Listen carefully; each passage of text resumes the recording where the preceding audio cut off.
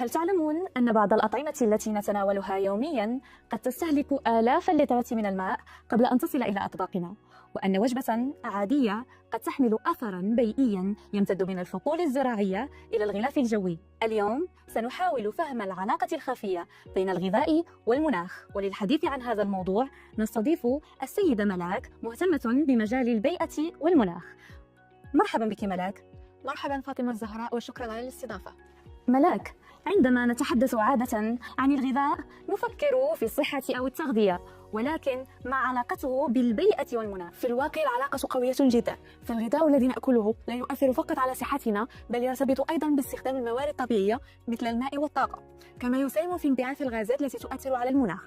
لكن المفارقة هنا أن العلاقة بين الغذاء والمناخ ليست في اتجاه واحد فقط، فكما يؤثر إنتاج الغذاء على البيئة، تؤثر التغيرات المناخية بدورها على الزراعة وعلى توفر الغذاء. إذا أردنا أن نفهم هذه العلاقة، من أين يجب أن نبدأ؟ يمكن أن نبدأ من رحلة الغذاء نفسها. قبل أن يصل الغذاء إلى أطباقنا يمر بعدة مراحل: الزراعة أو تربية الماشية، السقي، الحصاد، النقل، التخزين، وأحيانا التصنيع والتبريد. وهذه المراحل تستهلك موارد طبيعية؟ بالضبط، فخلال هذه الرحلة يستهلك الغذاء كميات كبيرة من الماء والطاقة، كما تنتج عنها غازات دفيئة تساهم في تغير المناخ. فعلى سبيل المثال تشير تقارير منظمة الأغذية والزراعة للأمم المتحدة إلى أن الزراعة تستهلك حوالي 70% من الموارد المائية العذبة في العالم. وماذا عن تربية الماشية؟ تربية الماشية تعد أيضا مصدرا مهما لغاز الميثان، وهو أحد الغازات القوية المسببة للاحتباس الحراري. لهذا يمكن القول إن الطريق الذي يقطعه الغذاء من الحقل إلى الطبق هو جزء من منظومة بيئية معقدة ترتبط بالماء والطاقة والمناخ.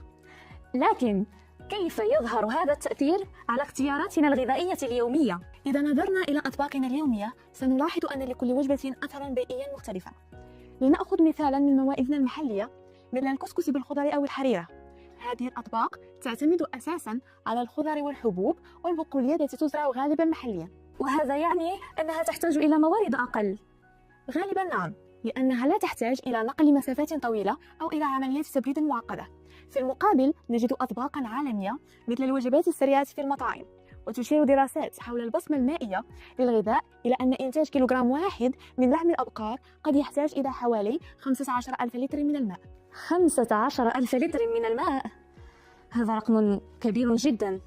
نعم، لأن إنتاج اللحوم يتطلب كميات كبيرة من المياه لزراعة الأعلاف وتوفير الماء للحيوانات، كما أن نقل هذه المنتجات لمسافات طويلة يزيد من استهلاك الطاقة والانبعاثات الكربونية.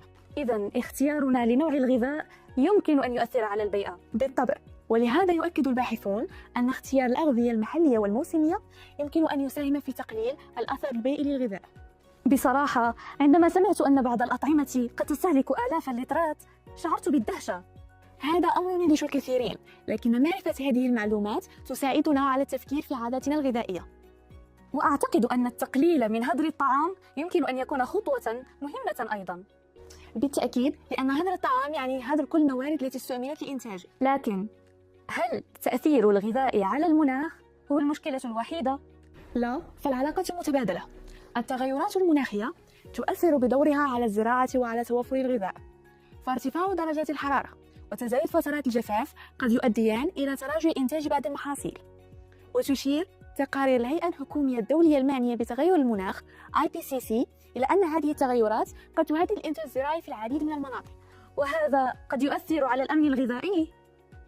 تماما، لأن ارتفاع أسعار الغذاء أو تراجع الإنتاج قد يحد من قدرة بعض الفئات على الوصول إلى غذاء كاف.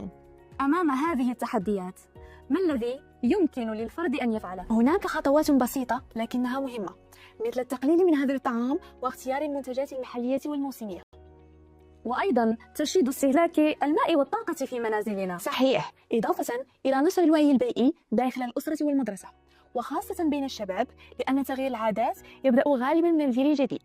فهذه السلوكيات البسيطة يمكن أن تساهم في حماية الموارد الطبيعية وتعزيز الأمن الغذائي. في النهاية قد يبدو الطعام الذي نضعه على موائدنا مجرد وجبة عادية، لكن خلف هذا الطبق قصة طويلة تبدأ من الحقول، حيث تحتاج موارد مختلفة من ماء وتربة وغيرها، وتمر عبر الطاقة والنقل، وتنتهي عند اختياراتنا كمستهلكين. ويبقى السؤال مفتوحا: كيف يمكن أن نجعل اختياراتنا الغذائية أكثر احتراما للبيئة وأكثر استدامة للأجيال القادمة؟